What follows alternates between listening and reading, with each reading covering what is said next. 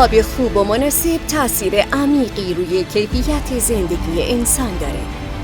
و ما در کارخانه تشک اندی برای این بخش از زندگی شما اهمیت ویژه‌ای قائلیم. به همین خاطر از جدیدترین تکنولوژی‌های روز جهان در این صنعت مانند فنرهای میکرو پاکت، های میکرو، پلاستوفوم فشرده و لایه‌های تقسیم فشار ترموفلت 2000 گرمی، فوم‌های هوشمند و پارچه‌های ابریشمی اکسیژن پلاس، سیستم تهویه هوای سه‌بعدی و تکنولوژی خاص ساخت دیواره برای جلوگیری از دفرم شدن تشک در دراز مدت استفاده می‌کنیم و همینطور با رعایت استانداردهای جهانی موفق شدیم محصولات تحت لیسانس کانادا با تاییدیه از معتبرترین مراکز و آزمایشگاه‌ها از جمله گواهی ایزو 45001،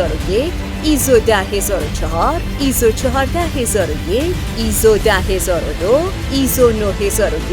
سیستم مدیریت یکپارچه IMS و همچنین گواهینامه CE اروپا رو به دست بیاریم. به خود می‌بالیم که توانسته‌ایم در شهرک صنعتی بزرگ شیراز مجموعه‌ای توانمند از نیروهای متخصص و بومی جهت رونق بخشیدن به صنعت استانمان را در کارخانه تشک اندی گرد هم آوریم و در نهایت کوشش ما این است که تجربه خرید را به خاطر دلانگیز و ماندگار در ذهن شما همراهان گرامی تبدیل نماییم و محصول شایسته شما را تولید کنیم.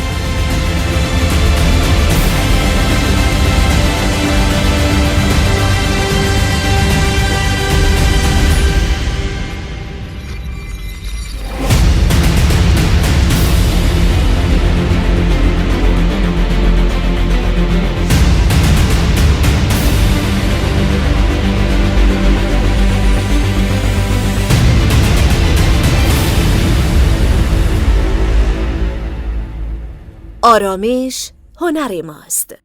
تشک اندی.